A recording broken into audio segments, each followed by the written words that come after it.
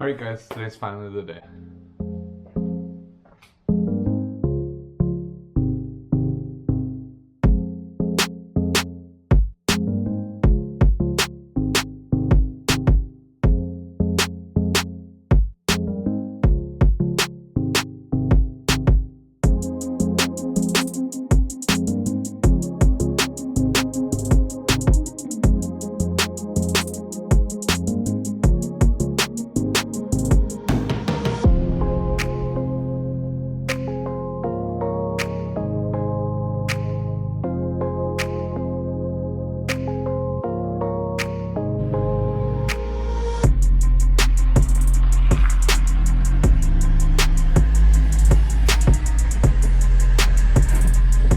Alright everybody, I finally got the tune for the car. So here it is. I ordered this tune from AMT Tuning, and they send over everything you're gonna need to be able to grab they give you everything so that way you can grab the file off of your ECU, then send it over to them, and then they'll tune it for you and then send it back to you so that way you can flash it back on your ECU. So I'm going to show you a little bit of the process, how to do it and what you got to do. So let's get started.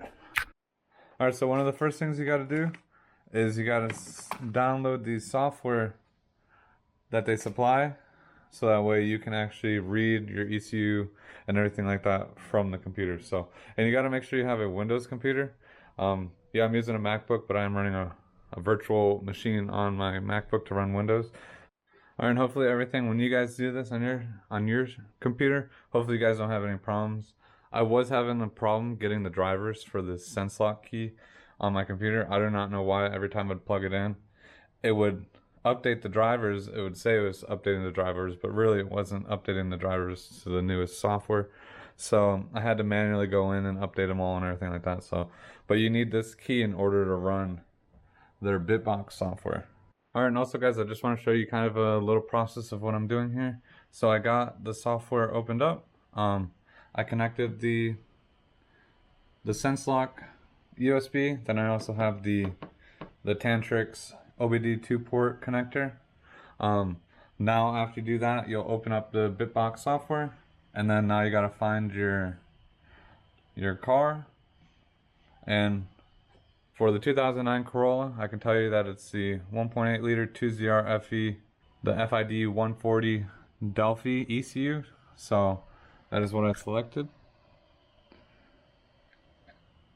I'm not sure if this is going to be the same for every single Corolla, but I know this one is the one I need for mine. So you'll select that, then we'll go over to the car, and then we'll have to go from there after we select that. Alright guys, so just giving you kind of an update here real quick. So I got the laptop plugged into the OBD2 port down there. I have my ignition on, but not the car running. And I went and I also identified the car, made sure it worked, and then you can see after it identifies, it will show you success and read some of the codes on the car. And then after you do that, then you know everything's hooked up properly. And then now we will go and read. And what that will do is it should copy a new file of your ECU onto the computer.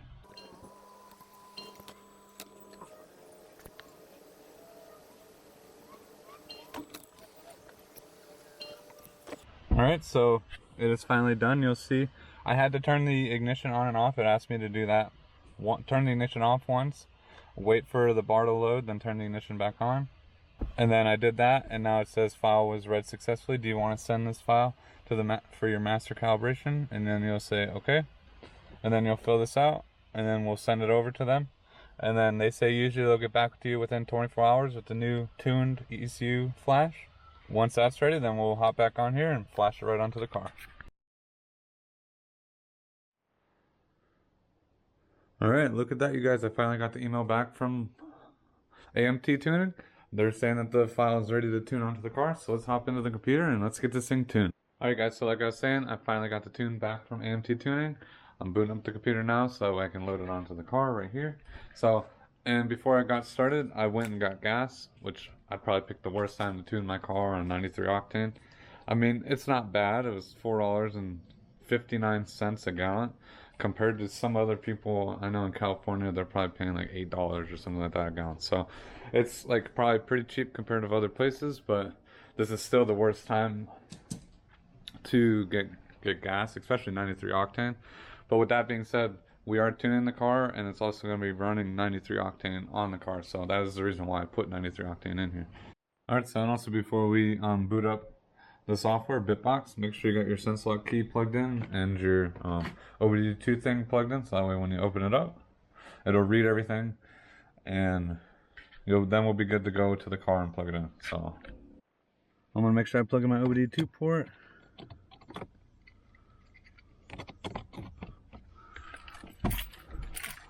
Then you're going to turn the car to the on position, but not on, or not turn the car on, but just the on position. And then make sure that it's identifying your car properly, so you can just hit identify. Yes, the ignition is on. So it says success, it is recognizing the car. Now what we're going to do is we're going to write. And when they send you over the new file, you'll see you get selected a couple different files. We're going to select the stage 2 tunes with the pops and bangs. Then we'll hit OK. So please turn the ignition on. It is on.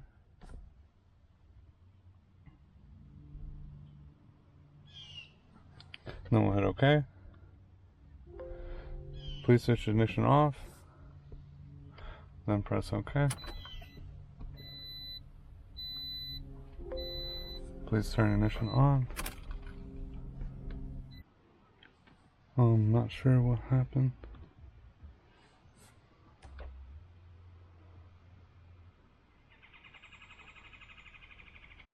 Alright, you guys. So here I'm doing this again for the second time. The first time I went to go do this. So yeah, there was a problem with the mismatch ECU, and they didn't know what was wrong, so they sent over the file again. They thought maybe something got corrupted, so I'm going to try to reload this on here now. Let's see how everything goes. Alright, well it looks like it made it farther than it did last time.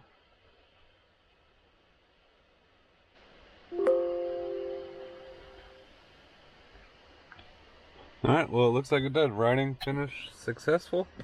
Please switch ignition off and wait 15 seconds before checking vehicle status.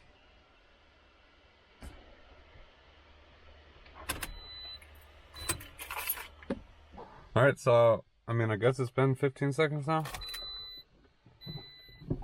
I guess let's try to start the car.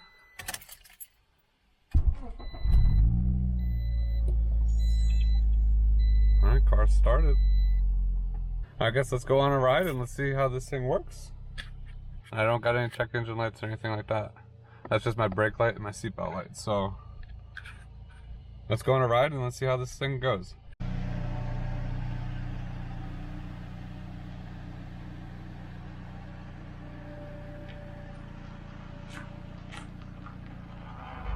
Apparently it's supposed to add like 25 horsepower, so.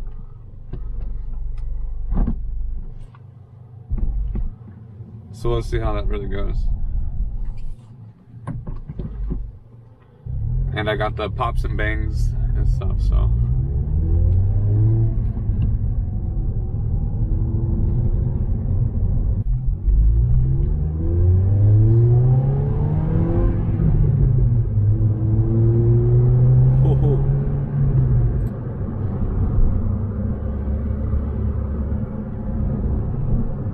I don't know if you guys can hear the pops, but I got the pops.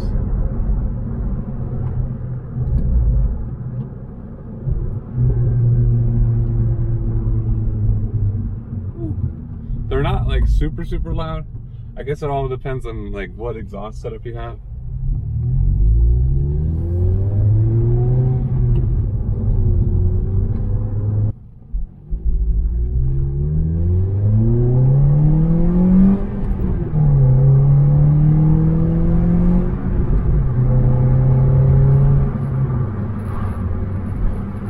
Definitely say the car does feel a little bit more peppy.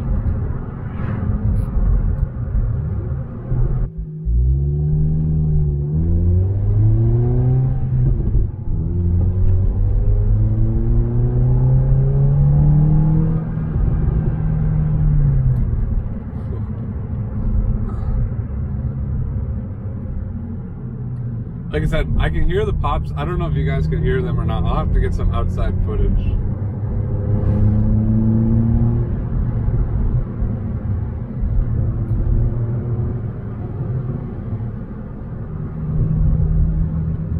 But you can hear them faintly with the exhaust setup I have, so